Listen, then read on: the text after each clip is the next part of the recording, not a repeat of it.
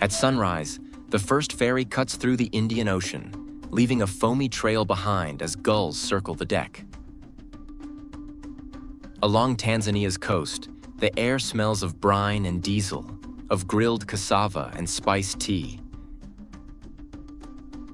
It's here, between sea and savanna, that one of Africa's most complex stories unfolds. Tanzania is a place of tectonic power and ancient movement, where trade winds carried sultans to shore, where glaciers crown equatorial peaks, and where wildlife herds follow rhythms older than borders.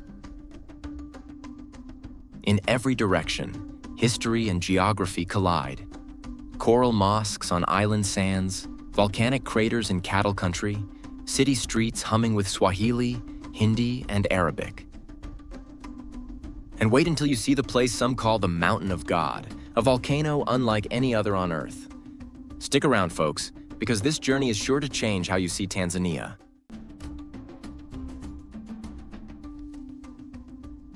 Dar es Salaam, Tanzania's largest city and its economic core, unfolds along the Indian Ocean like a mosaic of old-world trade and rapid modern growth.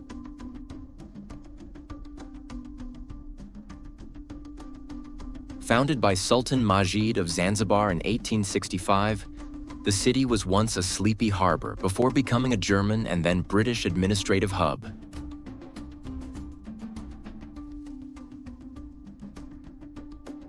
Today, over 6 million people navigate its traffic-choked roads and crowded ferries.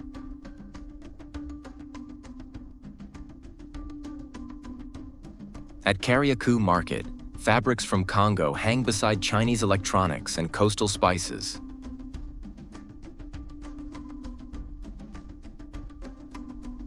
Mwenge's wood-carving stalls sell Makonde sculptures shaped from ebony, each one a narrative in miniature.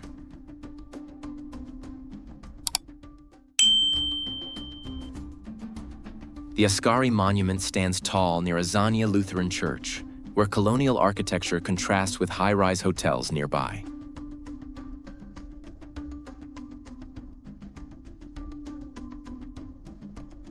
Just east, ferries launch to Zanzibar daily, a reminder of this city's coastal ties.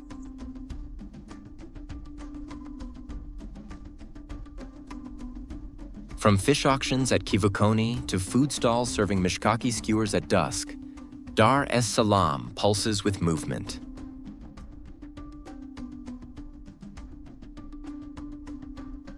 As the skyline fades in the rear view, the road curves west toward the mist-covered Uluguru Mountains and the quieter rhythm of Morogoro.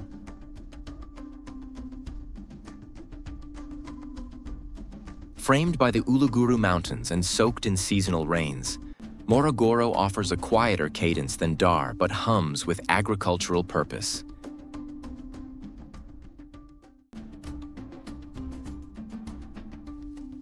Located 190 kilometers inland, this town became prominent under German colonial rule, evidenced in its Lutheran steeples and old railway lines.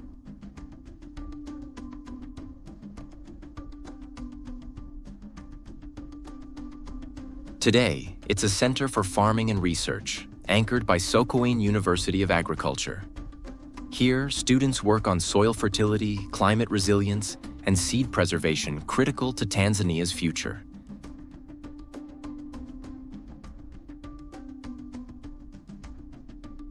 On the streets, vendors grill maize cobs and ladle coconut beans over rice, while bicycles loaded with bananas wind through the traffic.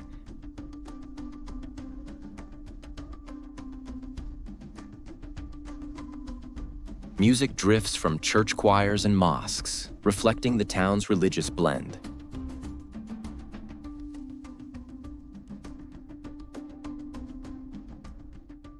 At the base of the mountains, waterfalls feed irrigation canals that stretch toward sisal plantations.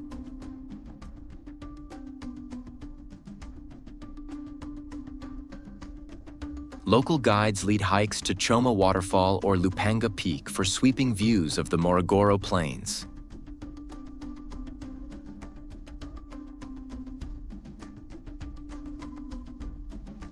But as the elevation flattens and salt creeps into the breeze, the path leads east to an island born from tide and time.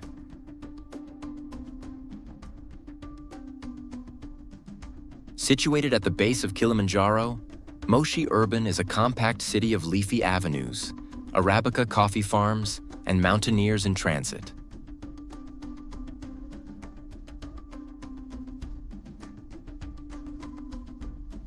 Though known as the starting point for treks, Moshi holds its own story. German colonial buildings from the early 1900s now house banks, bakeries, and barbershops, while the central market thrums with stalls of passion fruit, cassava, and second-hand shoes.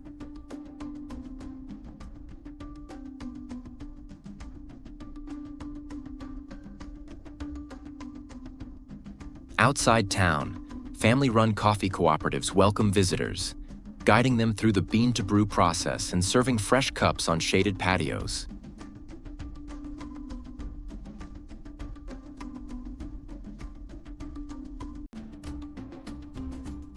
The Chaga people, native to these inclines, maintain deep traditions, like underground homes once built for warmth and defense.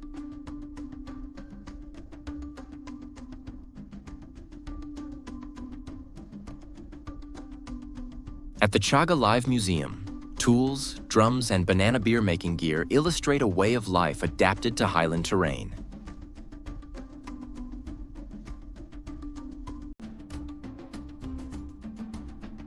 As dusk falls, the mountain's silhouette sharpens and air cools noticeably.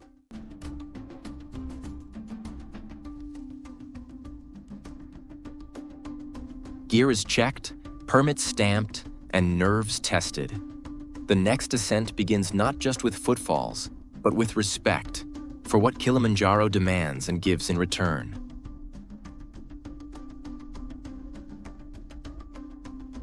Arusha rests beneath the subtle power of Mount Meru, where the cool air of the highlands mingles with diesel fumes and dust.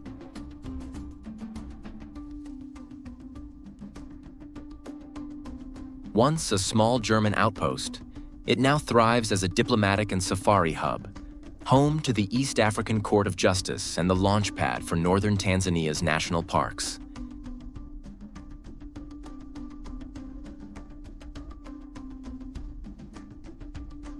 Its central market brims with sugarcane, tomatoes, and vibrant kitenge cloth, while Maasai traders sell beadwork near the clock tower marking Africa's midpoint.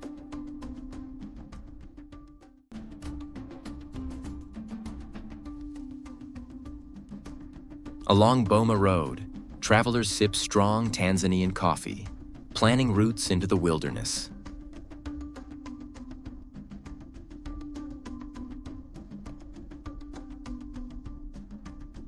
Nearby, the Cultural Heritage Center houses intricate Makonde carvings and massive gemstone displays.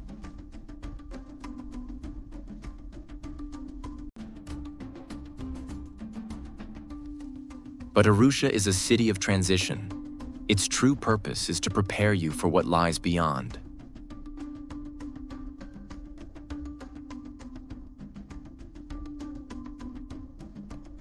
Westward stretches 300 kilometers of Rift Valley and savanna, leading to a land where time runs in circles and survival is a daily act of grace.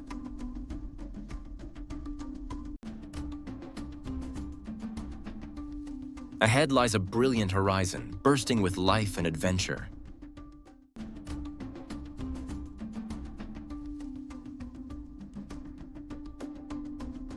Zanzibar is an island layered with history, its air thick with clove, its shores lined with coral mosques and crumbling palaces.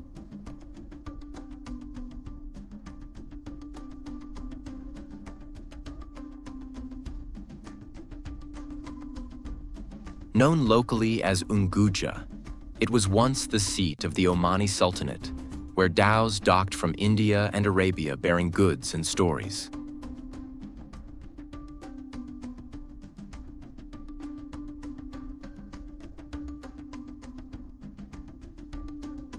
Stone Town remains its soul, a labyrinth of carved doors, narrow alleys, and historic sites like the Old Fort and the House of Wonders.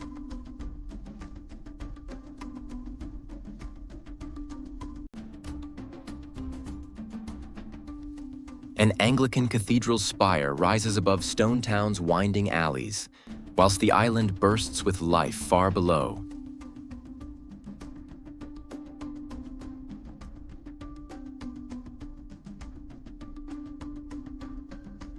Spice tours march through cinnamon and nutmeg farms, as street vendors serve Zanzibar pizza along Forodhani Gardens, and fishermen haul nets beside luxury resorts.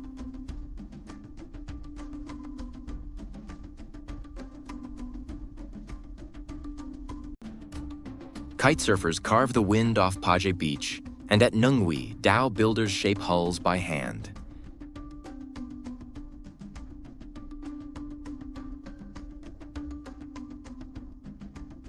Just off the west coast, there's a strange phenomenon, an island that surfaces only at low tide, then disappears beneath the waves.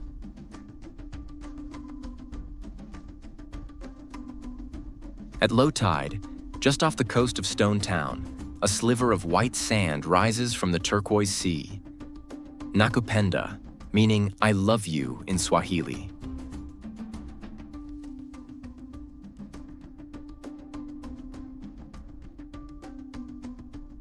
It's not an island in the traditional sense, but a tidal sandbank that emerges like a secret for only a few hours a day.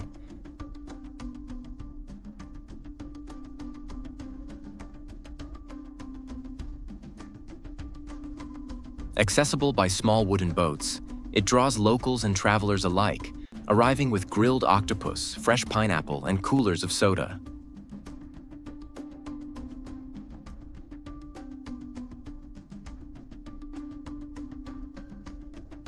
There are no structures, no shade, just the sky, the sea, and a temporary shore.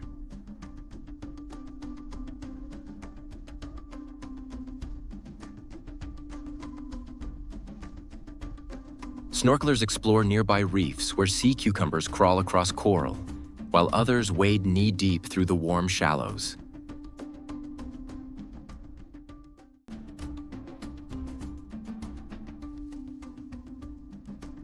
As the tide turns, the sandbank begins to vanish beneath rising waves. Beach towels are rolled up quickly, boats unanchor, and laughter fades into the sound of outboard motors. By evening, nothing remains but water and memory.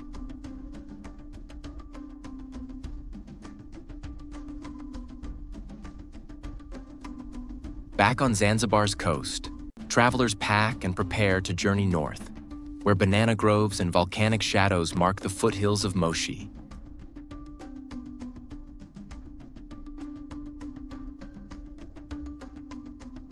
Paje is a beach village on Zanzibar's southeast coast where the sky feels endless and the tide transforms the landscape by the hour.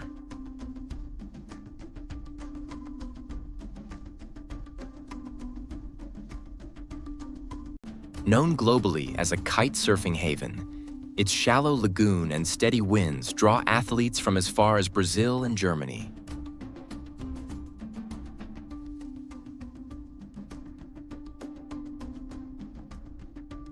But away from the neon kites and surf schools, Paje still holds the rhythm of local life.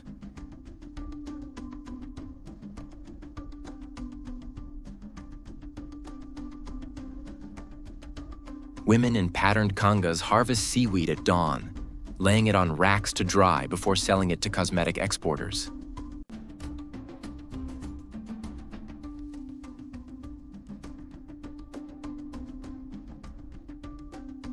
Small cafes serve octopus curry with chapati, while fishermen return at sunset with buckets of reef fish and crabs.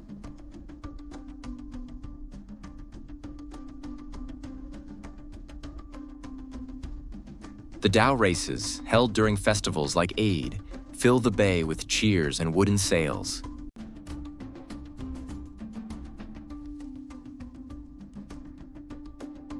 At low tide, the sea retreats for hundreds of meters, revealing starfish, sea urchins, and ankle-deep pathways to coral flats.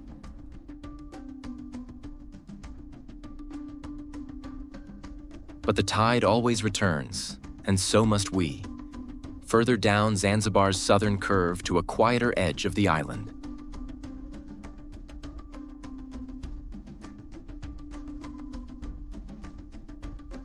Tucked into the southern reaches of Zanzibar, Kusini Beach feels far removed from the island's busy resorts and Instagram posts.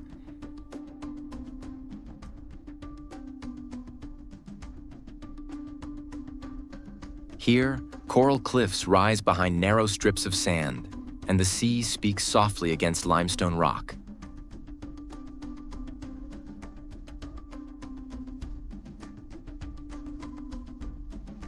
It's a place of slower rhythms, where village life still leans on fishing tides and moonlight.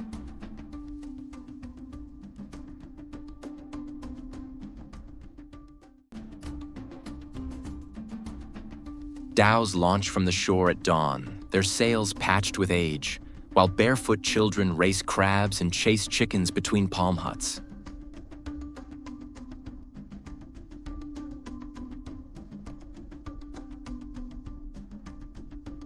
The air smells of salt, firewood, and cloves, and the meals are simple: grilled fish, coconut rice, and greens picked from nearby plots.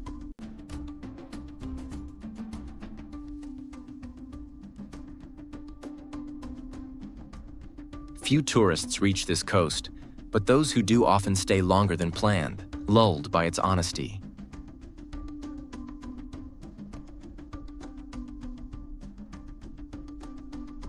There are no markets here, no touts, no tour groups, just time and tide.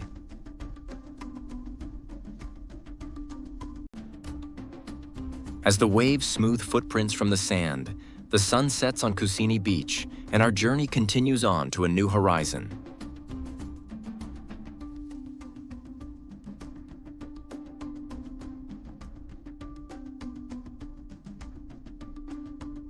Mount Kilimanjaro rises in silence, its snow-capped peak floating above clouds, defying the equatorial sun.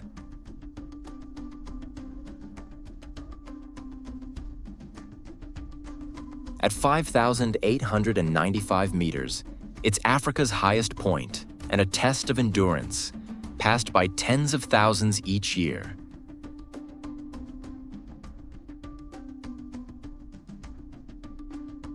The climb is a journey through 5 ecological zones: farmland, rainforest, moorland, alpine desert, and Arctic summit.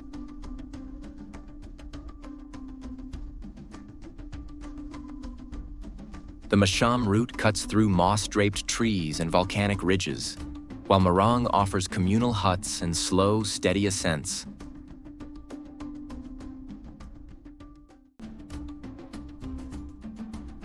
Guides and porters, many from local Chaga communities, carry loads with practiced ease.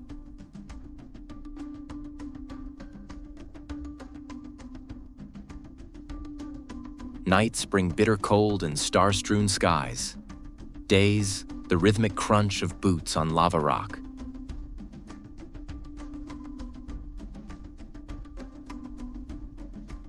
Altitude sickness claims many before the top.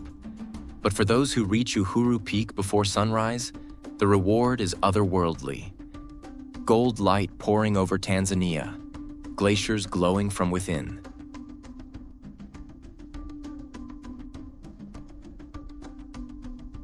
Few places match the emotional gravity of this moment, yet every summit ends with a descent.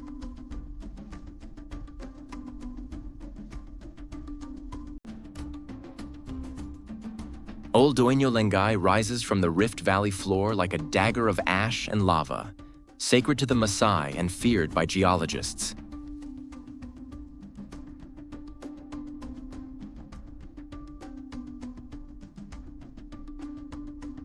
Its name means Mountain of God in the Maasai language, and it's the only active volcano in the world that erupts nitrocarbonatite lava, black, fluid, and surprisingly cool.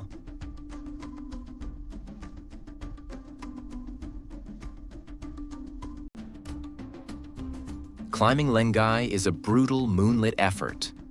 Treks often begin at midnight to avoid the blazing heat.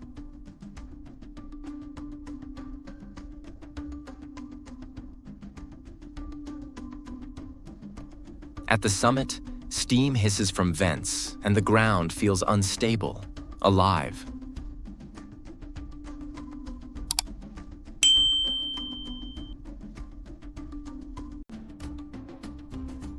The views span Lake Natron's mirrored surface and deep into Kenya, a surreal panorama of fire and salt.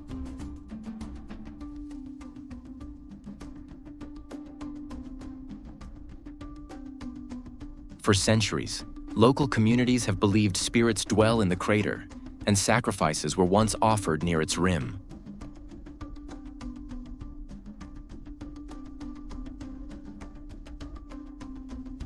It's a place where geology, mythology, and physical endurance converge.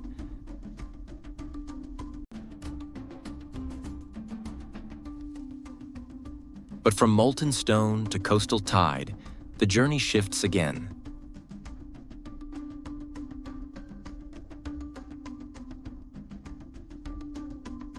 Lake Natron lies like a wound on the northern edge of Tanzania, shimmering red under the sun, ringed with salt flats and volcanic ash.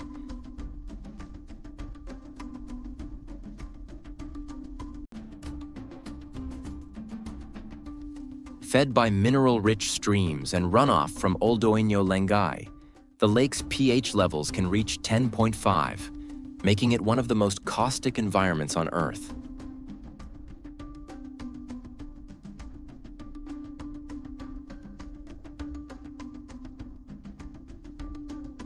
Here, most life would perish, yet millions of lesser flamingos gather to breed, feeding on salt-loving cyanobacteria that tint the water pink.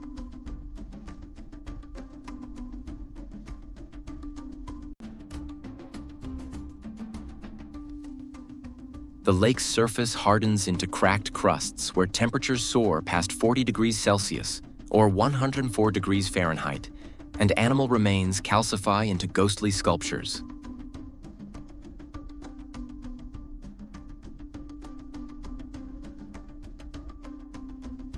Nomadic Maasai move across the hills nearby, their herds distant dots on a scorched horizon.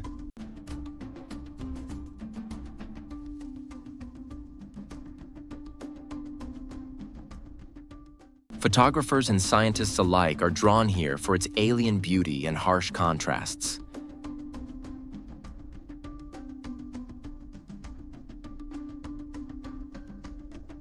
For those who approach with patience, Natron reveals a landscape that feels more like a dream than geography. Raw, radiant, and utterly alive.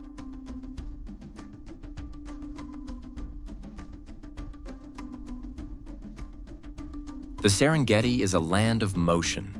Its grasslands ripple under wind and hooves, its silence broken by sudden bursts of life.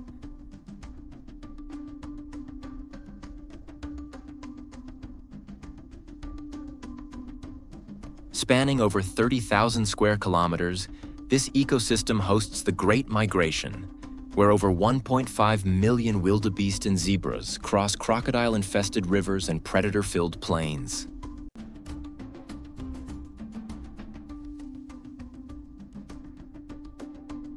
Lions doze beneath acacia trees, cheetahs scan the savanna from termite mounds, and hyenas patrol in chaotic packs.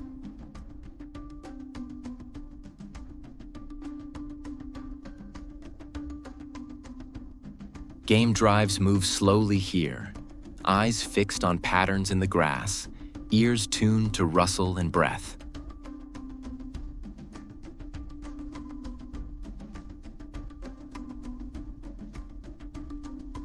The word Serengeti comes from the Maasai term Seringet, meaning endless plains. And standing here, it's clear why.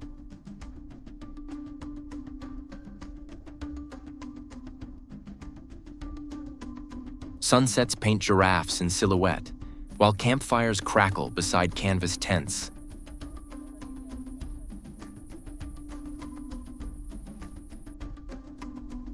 Guides tell stories of migrations past, of leopard kills witnessed in silence.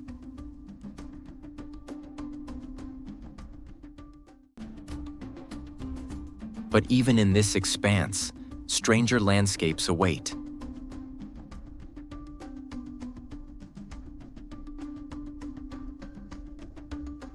Tarangire is Tanzania's hidden wild, a park less photographed than the Serengeti, yet unmatched for its elephant gatherings.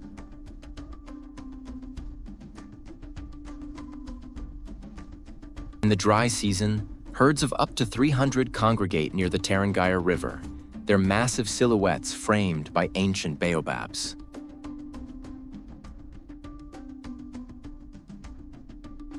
Located southeast of Lake Manyara, the park is a sanctuary for species rarely seen elsewhere. Fringe-eared oryx, gerenuk, and over 550 bird types.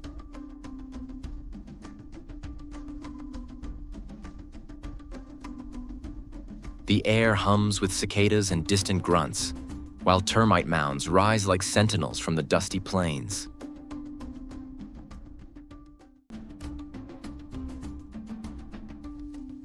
Safari trucks move slowly here, often pausing for giraffes or lions lounging in the shade.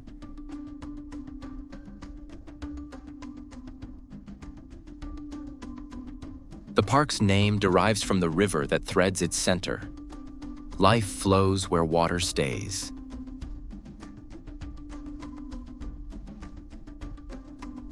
Maasai villages dot the borders, and their cattle often share grazing paths with zebra.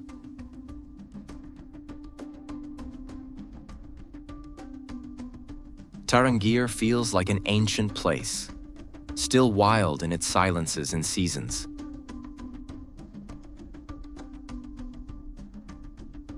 As we leave the herds behind, we follow the escarpment northward, where jungle meets lake at the edge of Manyara.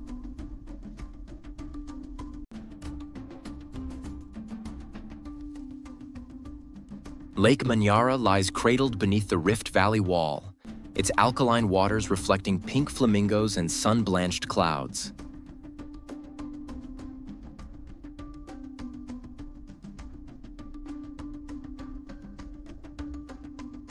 Though the lake covers 2/3 of the park, its fringe bursts with diversity: groundwater forests, acacia woodlands, and open floodplains.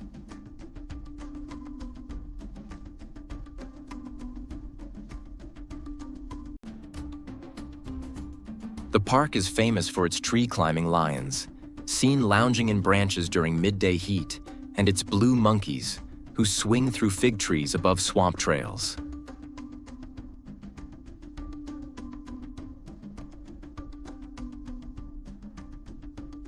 At the lake's edge, hippos wallow in shallows, and pelicans skim the surface in slow, deliberate flight.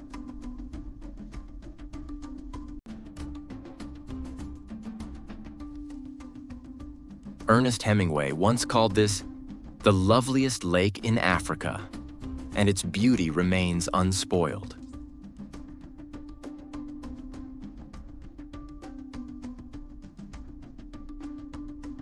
Just beyond the trees, the Mto Wambu village offers banana beer tastings and markets where over 120 tribes trade goods and stories.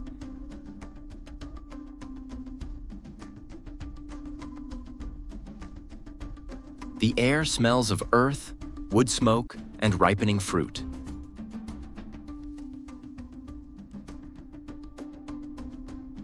As we leave Manyara, the terrain widens once more.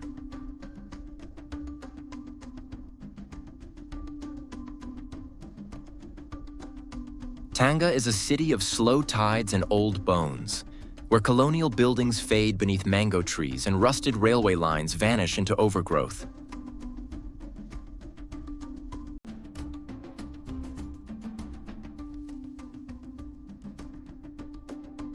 Located on Tanzania's northern coast, it was once a vital German administrative center and port for exporting sisal, its influence still visible in crumbling warehouses and the Art Deco clock tower downtown.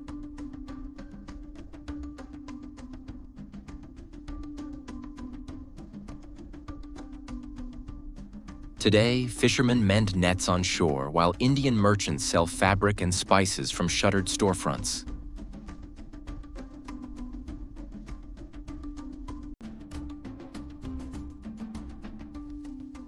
Beneath its surface lie hidden stories.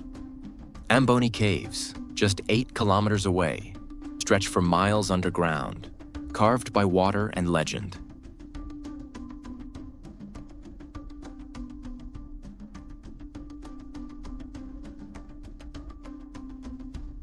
Locals believe spirits dwell inside, and ancient inscriptions still line the limestone walls.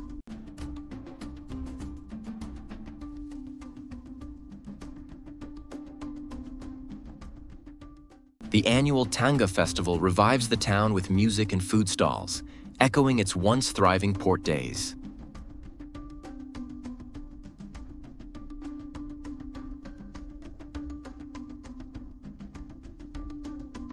Though quieter now, Tanga carries the weight of centuries in its coral stone walls and the rhythm of the Indian Ocean in its long, worn streets.